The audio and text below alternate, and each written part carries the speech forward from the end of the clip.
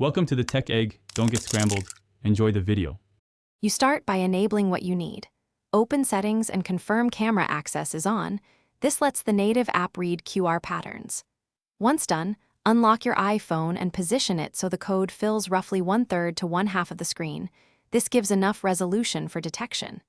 Make sure there's no glare or motion blur, because the camera needs a clear, steady view. This setup step speeds scanning and prevents repeated retries. You now perform the scan. Open the camera app in photo mode and point it at the QR code. Keep the device steady and centered. As soon as the system recognizes the pattern, a small banner appears at the top of the screen. Tap that banner to follow the link or invoke the action. If you need to inspect before opening, long press the banner to see a preview. If the camera fails, use the Control Center QR code reader shortcut to try again. You finish by verifying the destination.